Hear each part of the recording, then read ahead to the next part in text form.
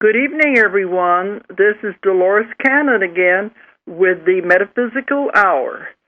This is December the 16th, 2011, and I guess we're on a countdown now for Christmas.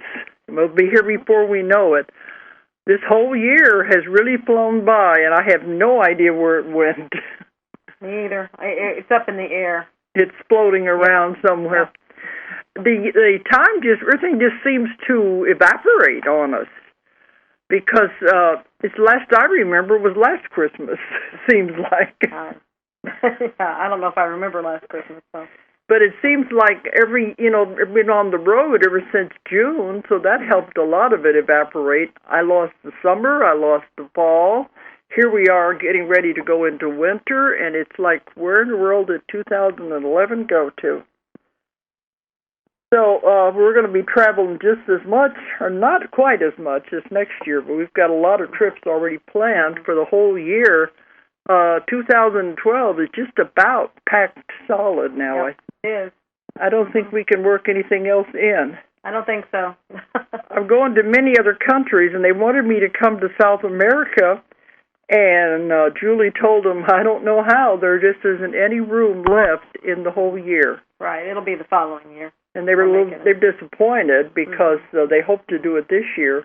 Right. But there's only so much of you, and only so much we can do here. So yeah, I'm just one person. They haven't learned how to clone me yet, although I feel like sometimes they do. But I can just go to so many countries. Well, we haven't learned how to bilocate either. That's our two options, cloning or bilocating. So it'd be good if we could just all of a sudden be there, like beam me up Scotty. You wouldn't have those long 14-hour flights. But this we've got a lot of other countries, and it's focusing more on Europe again. Now we'll be in China, and I've been invited to go to Turkey. And she said when they emailed, she had one weekend left open in April. And she asked me, how do you feel about going to Istanbul? So it's a World Summit UFO conference in Istanbul. So I said, I really need to go to that. And they're focusing on 2012. Right. And so that's going to be in April. So even though I have weekends off, and I think I'm going to be home for a while, they're filling up too. Right. More countries and more places we're going to. And we do have the cruise later this year, too. Yes. I guess we should tell them something about that. Yes, that'll be... It's in August? That's a problem. No, it's October. It's the 1st of October. Okay, because I know the end of July I'm going back to Europe. Right. And then we're going to take the cruise as part of that, isn't it? It's at the end. Yeah, it's at the end of that whole trip. So that gives you an idea of the trip. If we start at the end of July and the cruise is at the beginning of October... Yeah. So usually in November I'm in Australia, but this year we're not going back to Australia this year in 2012. Right. But do you want to tell people something about that? Because we are going to be doing publicity if they want to sign up for the cruise. It'll be on pretty soon. It'll be on the website very soon. We're finalizing the details, but I know part of it's in Athens. It starts from Rome. Yeah. And then I think one of the stops is Athens, and I'm going to be really. There are places I don't know them yet. I mean, I don't know Israel. No, it's not going over there now. It's an Eastern Mediterranean. Okay, because we were going to go to Egypt, but because of all the upheaval they're having there, it's funny that Japan was canceled because of upheaval, but that was the earthquake. Right. And this is political upheaval. It may be calmed down.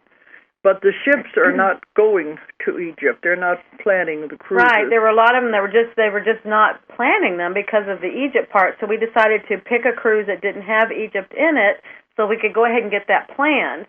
And then our contacts in Egypt, then we were looking at possibly doing just a tour just to Egypt. After all of this. So yeah. So, but if people want to know about this, we will have publicity soon if they want to sign up for this. Right. We'll have it on there soon. We're finalizing it, and I'm sorry to be dumb about it, but it's just, they're names that I don't know, and that's why I don't remember them. Well, there's so much happening. Okay, we heard a beep. Is there a caller online? Yes. Okay, go ahead. Hello. Hello, Dolores. It's so good to hear your show. And I had a question because I remember that you had talked about the new Earth, and you had said that you had described that at some point the two Earths are going to separate. So I assume that you refer to a spiritual separation. Have you had any more insight about that? It's not a spiritual separation. It is a real physical separation. This is real. This has nothing to do with spiritual. I thought we kind of covered that on one show, but maybe it's yeah, because you had the email with somebody asking that. I think it was 2 shows ago, but yeah. It always bears repeating. Yeah, because in one of the emails, somebody wanted to know, was it a spiritual or was it a physical? And it is a physical thing that is happening, and we're in the middle of it right now. And people said, do you have to die to go to the new Earth? No, because when you first go, you will take your physical body with you. Then after we're over there for a long, long time, we'll turn into light beings. But it is a physical separation because the Earth is going into another dimension, and it's changing its vibration and frequency to go into another dimension. And as it does that, of course, it'll be vibrating at a different speed, and it'll become invisible to the old Earth. And the old Earth is where all the disasters and the wars and everything are going to be happening. And those are into negativity and who don't understand this, and they're not ready. No, they're not vibrating at that frequency. They will stay with what they have created. But they said it doesn't matter. Eventually everybody's going to get there. But, it is a very physical thing. But I don't know, I'll have all the answers because they told me even they don't have all the answers because this is the first time in the history of a universe that a whole planet is going to move into another dimension. Does that kind of help you? Yes, that clarifies a lot when you say it's a physical separation because then you can look at some of the changes that are happening today. For example, when you talk about a new Earth, and many people talk about heaven on Earth, there are some signs that we may be reaching that. For example, in nature, we're seeing certain organisms that are causing algae to sparkle. For example, this happened, I think, in San Diego.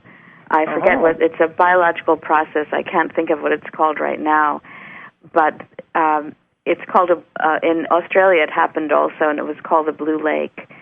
And we're seeing things in nature that we've never seen before. And there are great anomalies and changes in evolutionary changes that we're seeing in certain species as well. And I'm not sure if there's a connection to that, or if it's a sign that that might be part of the new dimension. Yeah, most people aren't paying attention to it, and they don't even notice anything that's going on. It's the day-to-day stuff. But if you really start watching and are aware, you will see these things. Well, if I might interrupt or interject, when you were saying, well, over there, and they were saying, it's here. We got to stop putting it out there and over there like it's yet to come, which is why they keep saying it's already happened. Yeah. We will see it when we believe it. And there you are showing us right now. See, it's already there. We just have to look at it and see it. So thank you because I'm just like, yes, it is there. We are already here. And I think people like you who are more aware, we are noticing it more. It won't just all of a sudden be bam and something drastic and we go to the new Earth. It's a very gradual thing. And it's been happening since around 2003. And you begin to notice things seem better. They look different. You feel different. Then you really begin to realize something is happening. Yes, you do. If you notice and you study the changes. And what I do is I follow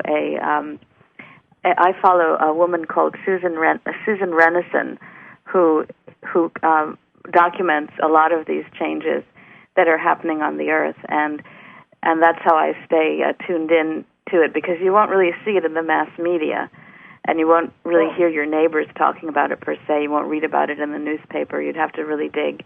We did have news about the Kepler 22b, the Earth-like planet that finally has been found by NASA. That's been studied for a while, but I think that's also that's really illuminating, and it gives us hope that perhaps this planet, from what I've read, that it's 72 degrees and it's in a zone where it can be inhabitable. It's warm enough, and so it gives us hope that there is life in other planets, and so that I think things like that are very hopeful and inspiring. Yeah, I don't have any doubt because I know there's billions of habitable planets out there. Did you want her to repeat? Could you repeat that? The woman is Susan. What was her last name? Susan Renison. She's a geophysicist, and she's English. And she has a blog which is called News of the Imbalance, and she documents many of these changes, which is where I first read about the blue lake in Australia and the algae, these organisms that are not normally found in that particular area seem to have migrated there, and it causes the water to sparkle, to shine, and it looks almost unreal. And there are photographs of it. I think I'm glad some people are following these things.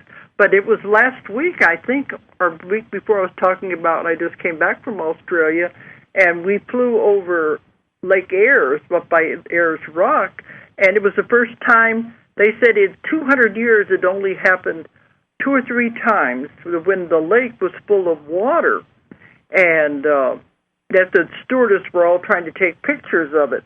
But part of the lake was pink. And I was asking them, why is it pink? And they said it had to do with algae in the water. But see, these are things nobody sees. If only 2 or 3 times in 200 years, see, things are happening. And they have more water and rain in that part of Australia than they've ever had. So yes, and that's right. And that process, I just remembered, it's called bioluminescence. And it's quite rare, and it was also seen in San Diego a few months ago, and there are photos of that as well. Okay, well, I think a bioluminescence would be like fireflies, the same thing, because bio is, is biological, and luminescence means light. But so it can happen in organisms.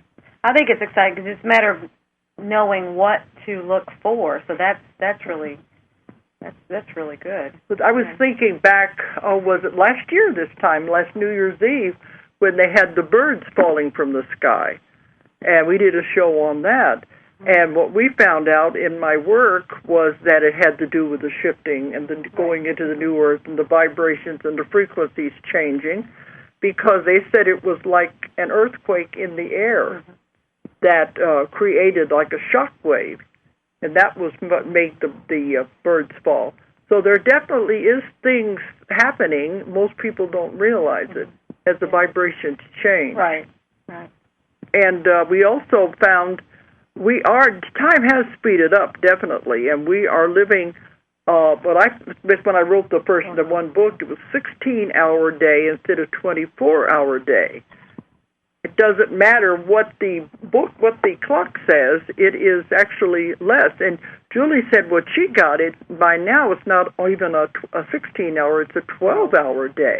Yeah, because that was several years ago that you got that article. And I put it in one of the books. I wouldn't be surprised with the way, probably proportionately, how it's speeding. It's probably, but that's what I heard, was they said 12 hours. So. Okay. Well, if somebody else has beeped, is that all you wanted to say?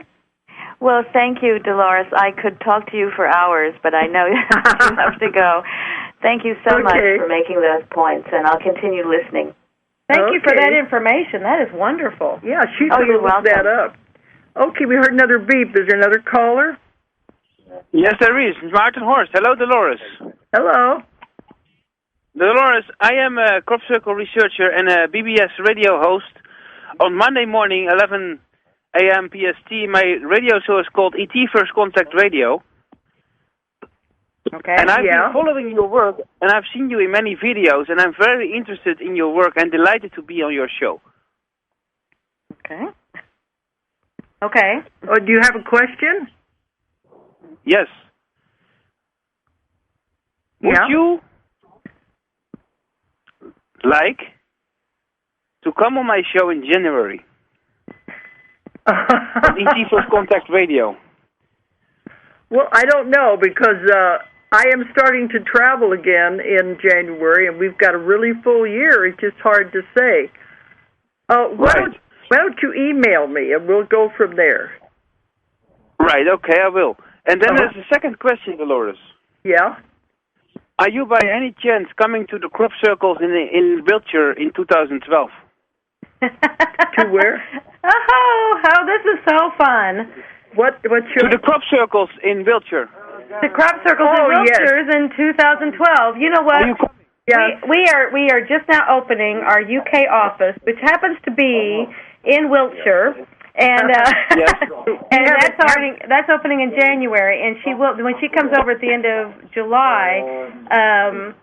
That is part of what she'll be doing the Glastonbury conference the end of July. Mm-hmm.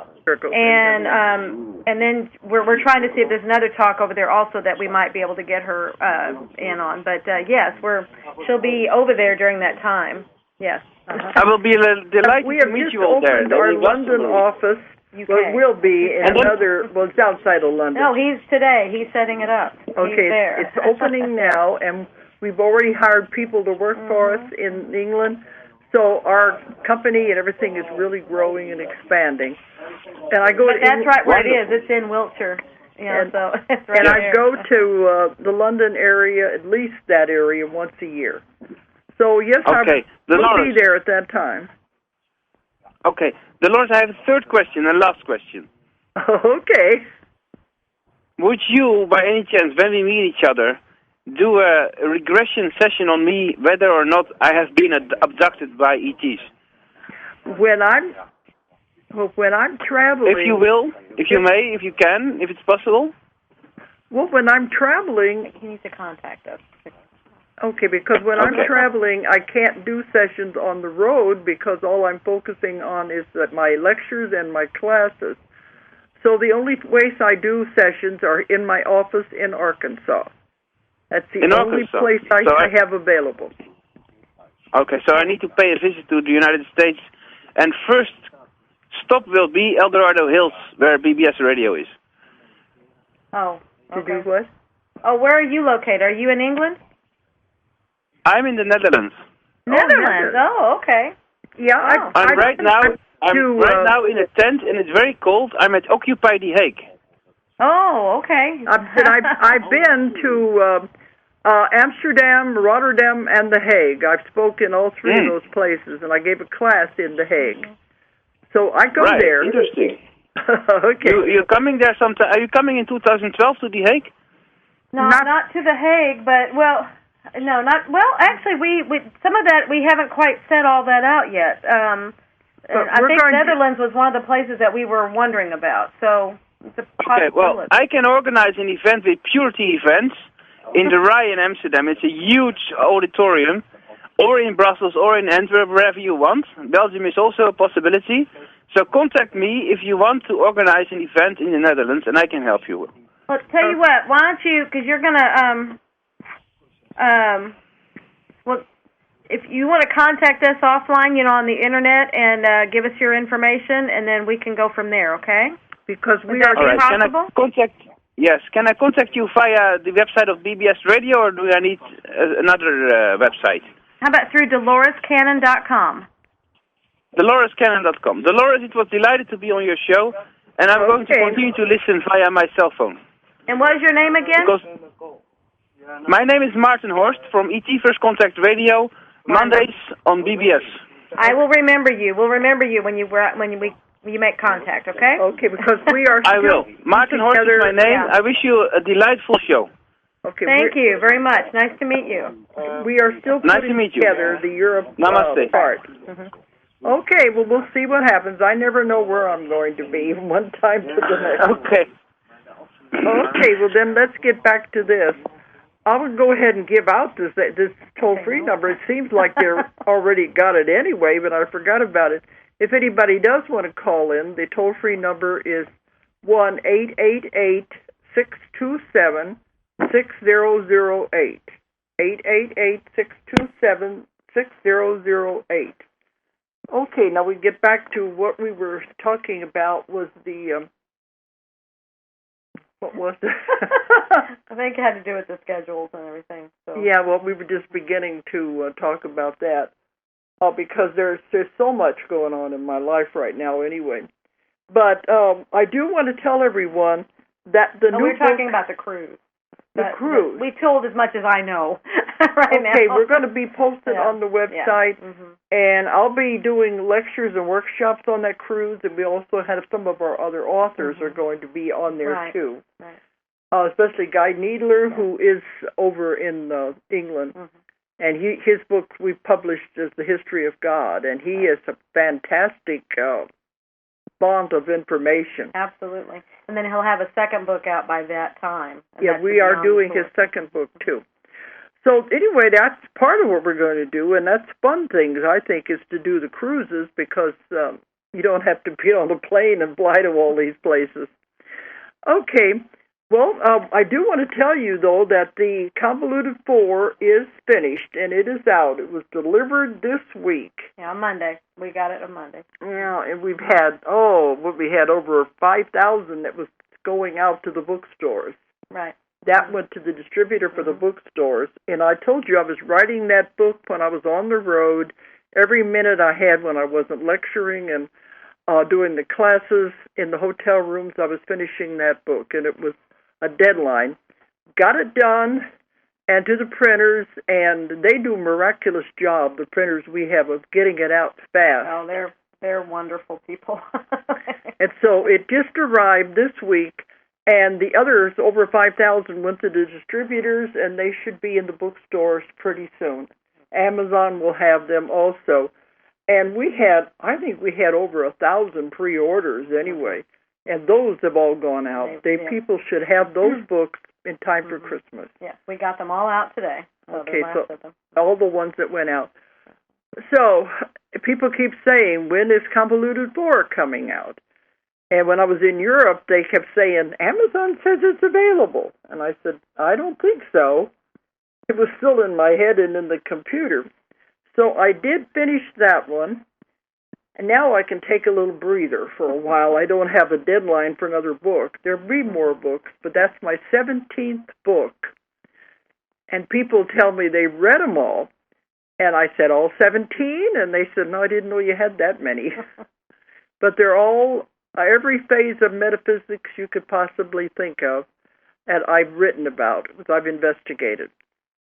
Okay, so we were going to... Well, if I can put a little plug on this book, there's a special... extra special thing in there, these pictures, and that's a real novelty.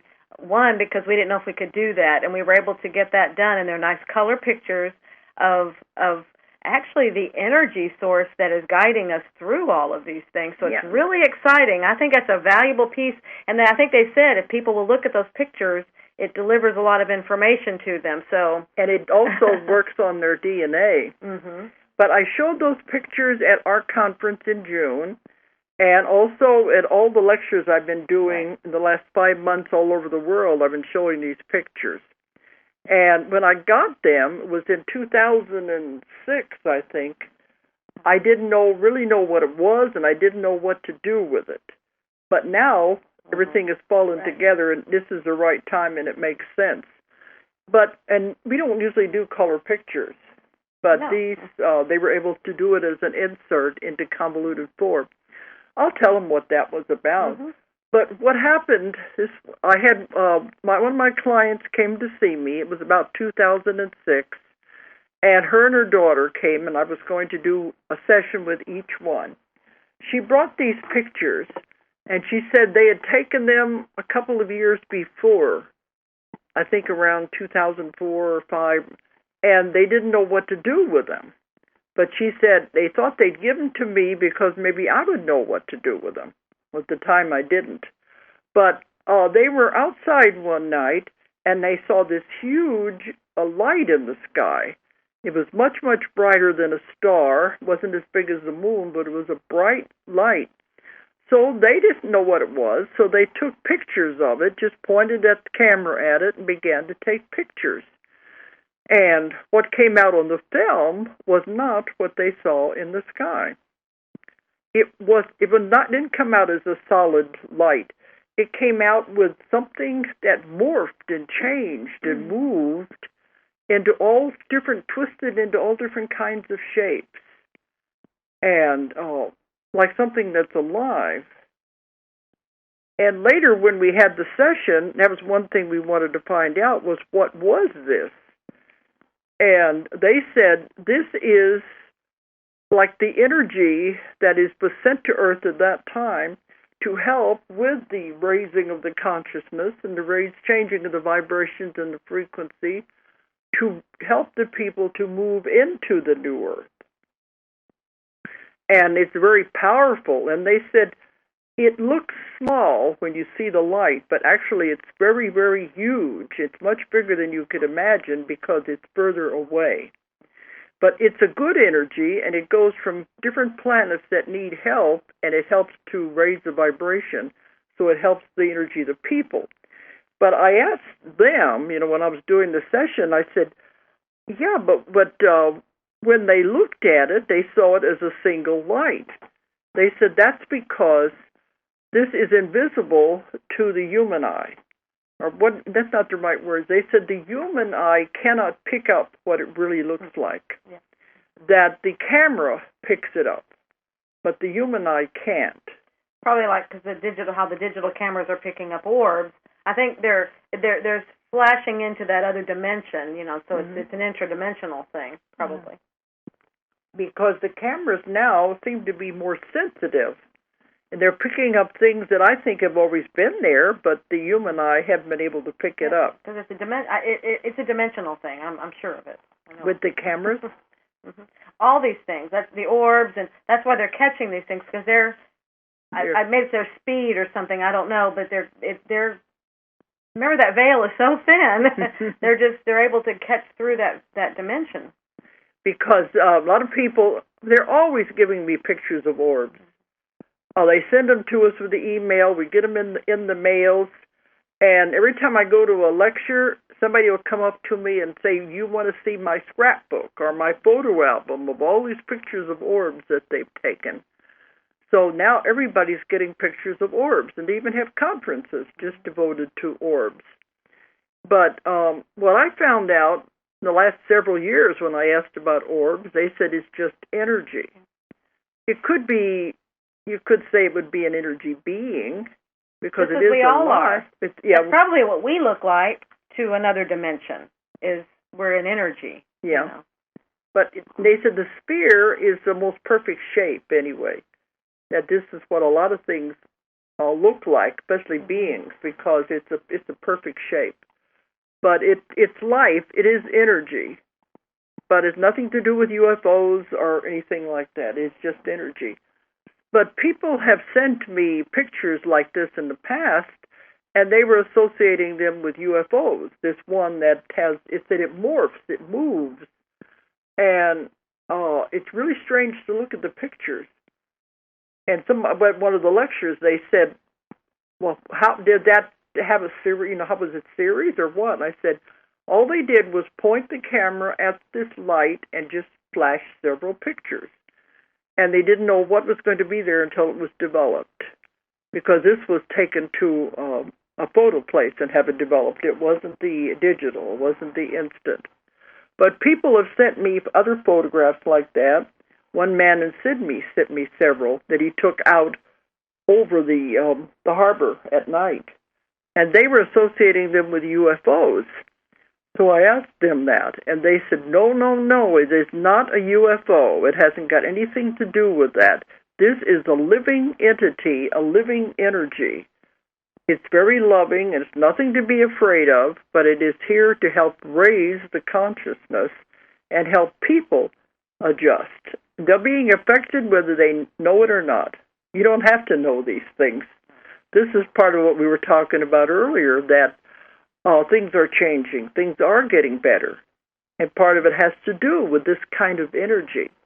So it's out there and we don't even know it, but it is changing everybody. And it's not going against free will. It's here to help because we need all the help we can right now as we move into this new vibration. But we had the pictures, and I was saying, how are we going to put them in the book?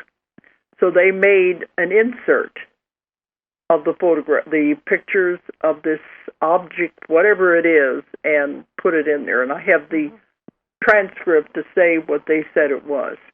So it's interesting anyway. Right. First time we've done anything like that. Yeah, and they are powerful pictures. I remember the first time I saw them, and I was just holding the pictures, and I was feeling the energy off of them, and it was like I really couldn't place what it was, but I knew it was something very important. And they said it does affect the DNA of the person just by looking at it. Mm-hmm. But I can see now, when I got them, I had no idea what it was, and even when I got the session, it didn't make sense, the transcript, so I wasn't ready for it yet.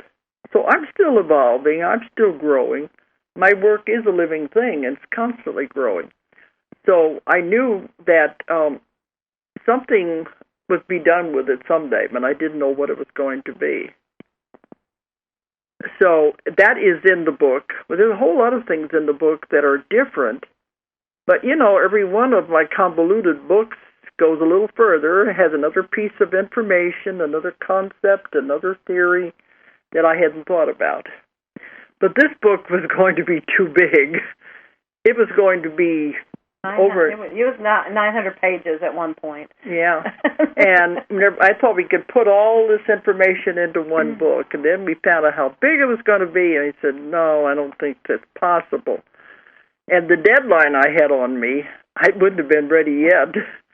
So when I was on the trip, I decided to pull out about over 300 pages. They were on one topic. And I pulled that out, and I said, we'll just save that for the next book. Then we were able to get it done, and it's still a 600-page book. Right. With taking that out. So I had to divide it up into 3 sections. Because, the information just keeps coming. In the first section, I call it Beyond the Veil, where I was talking about more information about life after death and life on the spirit side. I wrote the book Between Death and Life years ago, and that book is still out there, and it's still in demand, and it's in over 20 languages. That book was about what happens when you die and where you go and what it's like on the other side. So all these years, I'm still getting information from the clients on what it's like on the spirit side.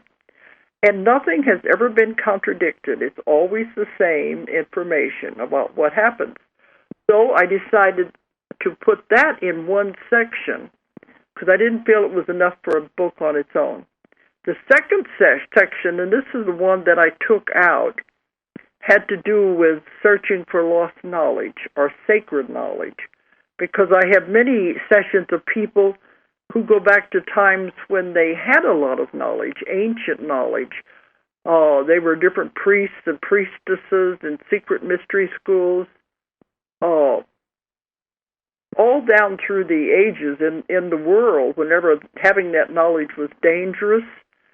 And there's always people that would be out of place in their town or in their time, having been able to heal, being able to use herbs, and people don't understand. They would usually kill them because they didn't understand what they were doing.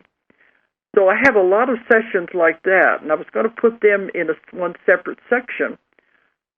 And then the third section was about the more convoluted material, but it was just getting too big. So I decided to take out all the part about the sacred knowledge and the hidden knowledge and save that to go in another book. Uh-huh. So I've already got a big hunk that's going to be in another book. And it's okay because it does flow. We have the one section now on the life after death, and then we go into the convoluted universe material after that. And that's where we still have some more very strange concepts. Very. Oh, I know. They keep saying, I write these books for people who want their minds spent like pretzels. Well, that's what's happening. I'm going to go into the backdraft, people. I know you were going to do about your past lives. Which one takes this amount of time? I was trying to figure out, because we do want to tell you what's in the book. Well, I'll tell about my past lives. Maybe that will take up some of this time. We, every time I give a lecture, people always ask me, do you know anything about your own past lives? And yes, I do, because if you're in this line of work, you eventually want to find out about it anyway, and especially in the beginning. It's when I was really wanting to know a lot of information. And when I was developing this technique that I use, I had a lot of past lives done by other people. So I know about 8 of mine. I don't need it anymore. I found out why I'm doing what I'm doing, the kind of work I'm doing, and I found out my connection with my family, and then it just got to where I don't need it. I have some people coming to me, which I call past life junkies. All they want to do is have past lives and continue to have them, sessions again and again just to find out about past lives. They're not really looking for information. What would you call it, entertainment or Who was curiosity? I? What was I? Yeah. Because, the vast majority of them, you weren't anything. 90% of the past lives are dull, boring, mundane, what I call digging potatoes lives, because you may be a farmer out in the field or a native in a jungle where nothing really happens. I had one man after one session, he said, well, I sure wasn't a pharaoh in Egypt, was I? So it's very rare that you would ever have anybody who is going to be a session traumatic or dramatic. The vast majority of the ones I do, I just give them the tape and I say, okay, there's something in there, even in a dull, mundane, boring life, there's something that they need to know that connects it to their life right now. But if people are doing it to look for excitement, it's very rare that that's going to happen. But a lot of them think, oh boy, this is going to be exciting. I think those people, their life must be very dull now. Yeah, they're just looking, like you said, entertainment or escape or something. So they have some reason. They think, well, maybe my other lives were more exciting than the life I'm living right now, so they'd rather escape into the other past life. So it's a tool. It's a valuable tool to find information, but you don't really need to keep it up and keep it up. Because they've told me before, focus on now and the future and moving forward and improving yourself. Don't worry about the past. That if you focus on the past, you will stay in the past. So it's good to have the information and use it, but don't stay there. So anyway, I did have in the beginning past lives because I was curious like everybody else. And then I also found out what I didn't like that the other hypnotists were doing, so I changed that whenever I developed my own technique. But one of the most important ones, and I bring this up in the book, I have a chapter on my own past lives that explains why I'm doing what I'm doing now, was a past life I had at the Library of Alexandria in Egypt. And most of you probably know the Library of Alexandria was a depository of all the knowledge at that time. It had scrolls and books that had everything in it. It was tremendous knowledge. And then it was destroyed, though. I can't remember when it was, but it was destroyed by people that came in that wanted to destroy the knowledge. I don't remember if it was Christians or if it was the Muslims. I'd have to go back in the history and find out. But they destroyed it and burned the library. And when they did, there was a tremendous amount of knowledge was lost at that time. And that still makes me very unhappy and sad to think of knowledge being lost. And that's why I treasure books. I love books. And to me, the greatest achievement of my career was when my books were put into libraries. That meant more to me than having them in bookstores. But with the knowledge, that's why when I said this at one lecture one time, somebody said, well, do you have to try to rewrite the whole library? Because my main concern is getting the knowledge back. To recapture the lost knowledge, I'm always saying I'm a reporter, an investigator, a researcher of lost knowledge. I got to get it back. But in that lifetime, I wasn't anybody important. I was a man, but I was like a caretaker of the scrolls. And I couldn't even read. But my job was to take care of these scrolls in the library, and these other scholars would come in, and I would give them what scrolls they would want. So they would sit at the tables, and they would go over these written records. And I remember on the top shelf in the library was where the most valuable and the oldest scrolls were held. And I had one man in particular that I remembered that always came in black robes and would sit at one of the tables, and I knew which ones he wanted, and I would always bring them to him. But that was my job, just taking care of the scrolls, and I loved the knowledge, but I couldn't read it. Well, then I was there whenever the library was destroyed, and they came in and started burning them. They took all of the scrolls and were pulling them off of the shelves and throwing them into the middle of the floor.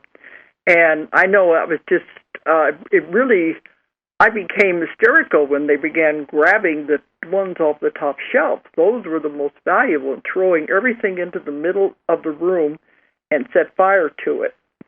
And that was just horrible to me that somebody could do something like that. So I grabbed all the scrolls I could and was running out of the building, crying and everything. And as I got out of the building, I was run over by a chariot, holding on to my scrolls. So I said that explained my love of knowledge, my wanting back lost knowledge, and writing the books to try to bring it back.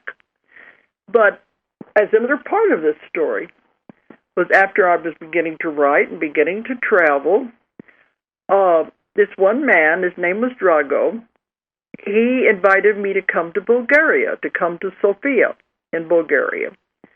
And because the books were being translated into Bulgarian, it's my first Nostradamus books. They were coming out in Bulgarian. They wanted me to come there. And, of course, my son especially said, Mom, you can't not go to Bulgaria. Look where it is on the map. It's just right across the border from Yugoslavia. And that was at the time we had the war going on in Yugoslavia. And he said, it's not safe to go there. And I said, well, I'll be all right. I just think it's an opportunity to go. So I went. And it was amazing. Because when I got off of the plane, it was like a rock star. We had all of these people and these newspapers and cameras and everything, and it was like, whoa, what's going on here? And I just walked out into the lobby, and this one reporter shoved a microphone in my face and said, what do you think of Bulgaria? I said, I don't know, I just got here. But during that whole stay, we had press conferences that were like the president's press conferences. There'd be all these reporters, everybody wanting to ask me questions. Nobody had ever heard in that part of the world of doing hypnosis the way I did it for past lives. They didn't know anything about past lives. Now, this is right after Bulgaria had succeeded, had left the Soviet Union. So it was very poor, it was in very bad conditions. All the infrastructure had been destroyed whenever they pulled away from the Soviet Union. And, of course, all they did was have books to read. So it was very, that time right then is when I got in there. Well, during that trip, I was questioned for 2 hours by scientists and astrologers and professors because they had never heard of using hypnosis for past life regression. They said they're not allowed to teach anything that was not taught in the universities, so they hadn't heard of this. So they, I said, well, will I get in trouble then for doing this? And they said, no, because you're a foreigner. So anyway, this is the way it was over there. And during that time I was there was this Russian filmmaker, this woman, was doing a documentary, and she wanted to do it on me. So, in addition to everything else, I had to go to this hotel to do the filming for the documentary. Well, the morning we were going to do one part of the filming, Drago comes to our room. We're getting ready to leave, and he says, they want you to do a session. They want you to do it as a demonstration so they can film it. And I said, well, I always feel uncomfortable with that because you don't know what's going to come out. And you don't know what's going to happen, if anything is going to happen. And I said, well, who would I do it with? And he said he volunteered me to do him. Now, his English is good. I could understand him. And I knew him, so he thought maybe that would make him feel more comfortable. And so he agreed to do the session. So we get to the hotel, and we go in. They've got the cameras and everything all set up. And we're going to say we're going to do the session. And the woman said, she brings this young girl out. She said, this is the one you're going to do the session on. Beautiful blonde girl with shorts, sexy looking. And he said, she's the one you're going to do the session on. And I said, but does she speak English? Does she understand English? And she said, we speak English. And I was thinking, it's probably just because it would make good film. But I was thinking, I don't think so. I don't think it'll be a good session because if you have this language barrier, it's going to be harder. So anyway, I told him Drago had agreed to do it, and we were going to do him. Now Drago's a nice-looking man. He's got a beard, and he's good-looking, but he's definitely not sexy. So I think, and that was what they were thinking. So anyway, I agreed to do it. Now afterwards, I think they might have thought we cooked all this up beforehand and arranged this session, but we had no idea what was going to happen. So he's laying on the bed with all the cameras around him, and we go into the session. He goes back to the lifetime. He is at the Alexandrian Library. And I'm looking, my daughter was sitting in back of the cameras, and I kept looking at her without saying anything, like, because she knew the story. Like, oh my gosh, he is saying the same things that I had seen. I kept asking him questions to find out, are you at the same place? He was the man in the black robes, the scholar, and he was into numerology and astrology. He would come to the library to read the ancient scrolls. So we knew each other in that lifetime, although we didn't know. I just took care of the scrolls and gave it to him. But he's going through the entire lifetime, and I said, we're there at the same time. So he moved forward to when the library was burnt, and he was also in the building. So he's doing the same thing I'm doing. He's trying to grab as many scrolls as he could and to get out of the library as it's burning. And as he's running toward the door, the rafters, the ceiling starts falling in, and a huge rafter fell on him and killed him. And later, he was saying, he said, was the day afterwards, he said, I'm almost afraid to say anything, but he said, I have one part of my back that has hurt me all my life. And he said, since the session, it didn't hurt anymore. It was gone. But anyway, during the session, he was running out of the library, and he was killed there. So it meant more to me than it would have to the people filming it, because they didn't know the whole story. He said he was aware there were other people around and the cameras going. Otherwise, he wanted to cry. He was so emotional about it, but he couldn't do it. But so anyway, that was our connection. And afterwards, we're walking back to the hotel, and I said, boy, do I have a story to tell you, that we were there at the same time. And when I did leave and we said goodbye at the airport, I said, isn't it strange? We had to go, 700, 800 years and halfway around the world to come in contact again. Because here I am trying to bring knowledge back. He's doing the same thing by trying to bring books and speakers into Bulgaria to bring knowledge that way. We were bringing knowledge that people didn't know. So he's doing his part, too, of trying to bring knowledge back. And while I was there in Bulgaria, these scientists and all of them, they had an association of phenomena. They were some of the ones responsible for me coming. And they said every year they would give an award, and it's a beautiful statue. It's like giving an Oscar to someone that they thought was making advancements in the field of psychic phenomena. So the last day I was there, they had a TV show, and they gave me the award. And I was totally surprised because it's the first time anyone who was not Bulgarian had ever been awarded the award, especially an American and a foreigner. And they said they gave it to me for the highest research and the highest advancement in the research of psychic phenomena. And so I treasure that. It's metal. I didn't know I was even going to get through the metal detectors in the airport to bring it back. And so it's called the Orpheus Award. So I was given that when I left.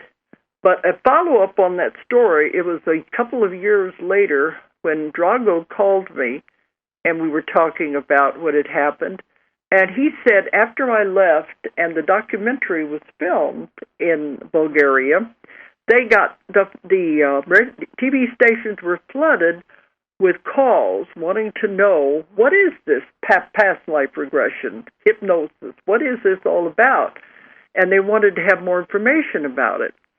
So Drago said now, after I'd left and there was this interest in it, now the scientists were teaching it, and they were using past life regression. Of course, I wonder if they were doing it from the film where they showed me doing it. I don't know how they were doing it, but they are doing it. So I think I'm responsible for maybe entering a whole new way of thought into an entire country. Who knows? This was over 10 years ago. It was in the 90s when I went over there.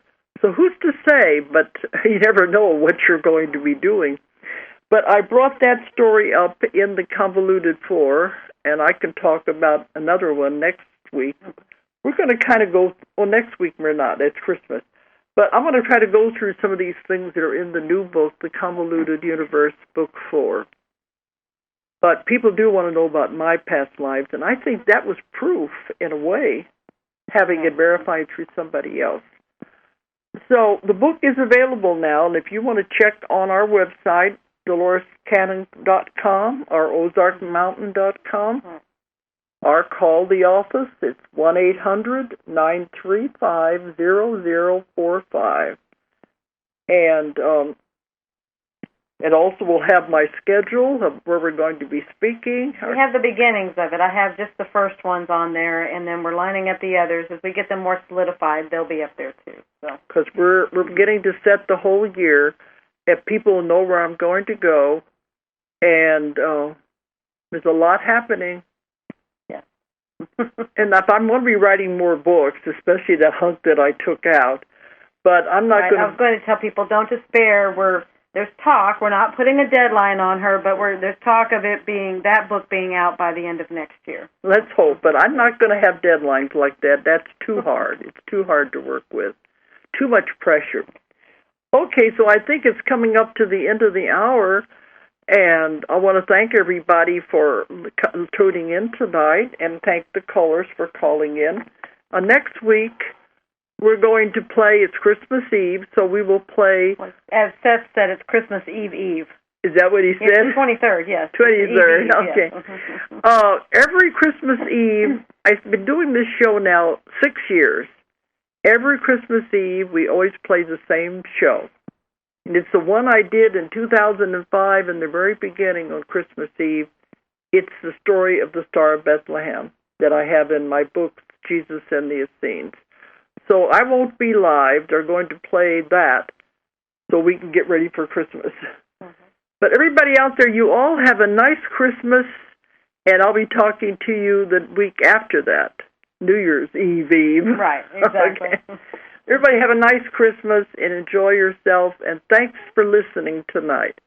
Good night. Good night. If you enjoyed the show, check out more of our other videos and be sure to subscribe and click the like button. Thank you for listening to the Metaphysical Hour with Dolores Cannon.